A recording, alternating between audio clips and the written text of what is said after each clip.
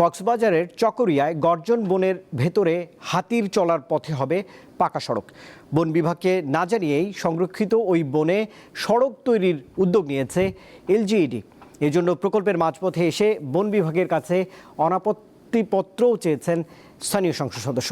পরিবেশ ও বন্যপ্রাণী সংরক্ষণ কর্মীরা বলছেন, গর্জন বনের মাঝ দিয়ে সড়ক নির্মিত হলে মানুষ ও হাতির সংঘাত বাড়বে, হুমকির মুখে পড়বে জীববৈচিত্র্য। চট্টগ্রাম কক্সবাজার মহাসড়কের চকরিয়া অংশে নেমে বায়ে গেলে খুঁটাখালী বাজার। এখান থেকে পূর্ব দিকের সড়ক ধরে 1.5 থেকে 2 কিলোমিটার গেলে মধুশিয়া গর্জন বন।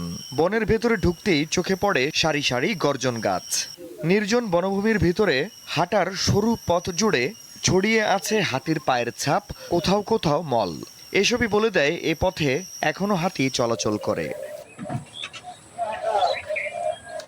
স্থানীয়রা জানান, হাতির সঙ্গে তাদের সহাবস্থান দীর্ঘদিনের। খাদ্য সংগ্রহে প্রতিদিন মধুশিয়া বনে আসা যাওয়ায় এ পথে বিনা বাধায় চলাচল করে হাতি।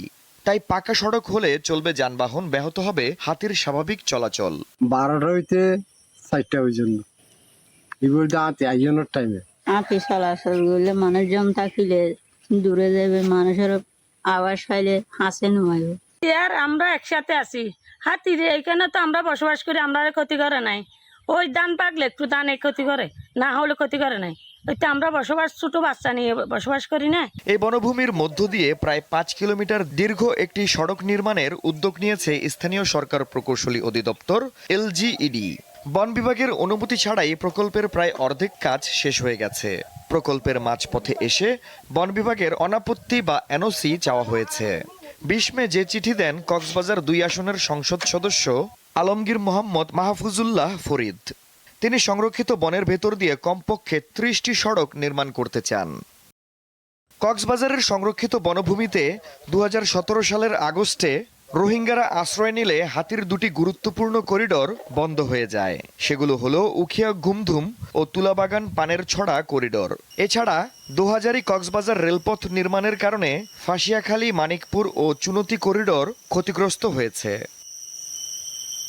বন বিভাগের কর্মকর্তা জানান, এ অবস্থায় বনের ভেতরের সড়কটি নির্মিত হলে হাতির চলাচল ব্যাহত ও নষ্ট হবে বনের প্রাকৃতিক অখণ্ডতা। তাই সড়ক নির্মাণের অনুমতি দেবে না বন বিভাগ। এখানে আমাদের সংরক্ষিত প্রাকৃতিক বনাঞ্চল রয়েছে, মধুশিয়া গর্জন বাগান। এখানে এশীয় হাতির চলাচলের পথ, এছাড়াও অন্যান্য বন্যপ্রাণীও ওই বনে রয়েছে। পুরোদস্তুর ওখানে রাস্তা করা হলে জীববৈচিত্র্য তথা প্রাকৃতিক ভারসাম্য বিঘ্নিত হবে। সেটা আমরা আমাদের পত্র যোগাযোগের মাধ্যমে আমাদের ঊর্ধ্বতন কর্তৃপক্ষকে জানিয়েছি এবং এলজিটিকেও জানিয়েছে। বনের ভেতর দিয়ে সড়ক নির্মাণের এ প্রকল্পের বিরোধিতা করে এরই মধ্যে সরব হয়েছেন পরিবেশ ও বন্যপ্রাণী সংরক্ষণ কর্মীরা।